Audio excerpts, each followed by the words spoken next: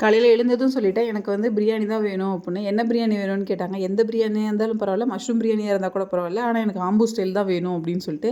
ஏன்னா last time Salem போனப்போ ஒரு கடையில் சாப்பிட்டோம். எனக்கு அந்த டேஸ்ட் பிடிச்சி போச்சு. ஸோ அதனால் அதே மாதிரி வீட்டில் செஞ்சு சாப்பிடணும்னு சொல்லி கேட்டுட்டு இருந்தேன்.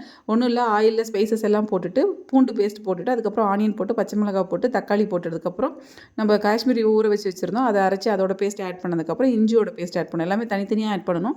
அதுதான் அதோட ஃப்ளேவரே ஆகுமா. அதுக்கப்புறம் கொஞ்சம் கொத்தமல்லி, கொஞ்சம் புதினா, கொஞ்சம் தயிர், அதுக்கப்புறம் கொஞ்சம் லெமன் ஆட் பண்ணிவிட்டு சிக்கன் ஆட் பண்ணி நல்லா மிக்ஸ் பண்ணதுக்கப்புறம் கொஞ்சம் தண்ணி ஊற்றி, நம்ம ஆல்ரெடி ரைஸ்க்கு ஊற்றுற தண்ணியை தான் கொஞ்சம் முன்னாடியே ஊற்றிட்டு கொஞ்சம் நேரம் கொதிக்க விட்டதுக்கப்புறம் ரைஸ்க்கு தேவையான அளவுக்கு எல்லா தண்ணியும் ஊற்றிட்டு, அதுக்கப்புறம் நம்மளோட நார்மல் ரைஸ் தான் போடணும். எல்லாம் சீரக சம்பாவில் தான் செய்வாங்க. பட் நாங்கள் நார்மல் ரைஸில் தான் செஞ்சோம்.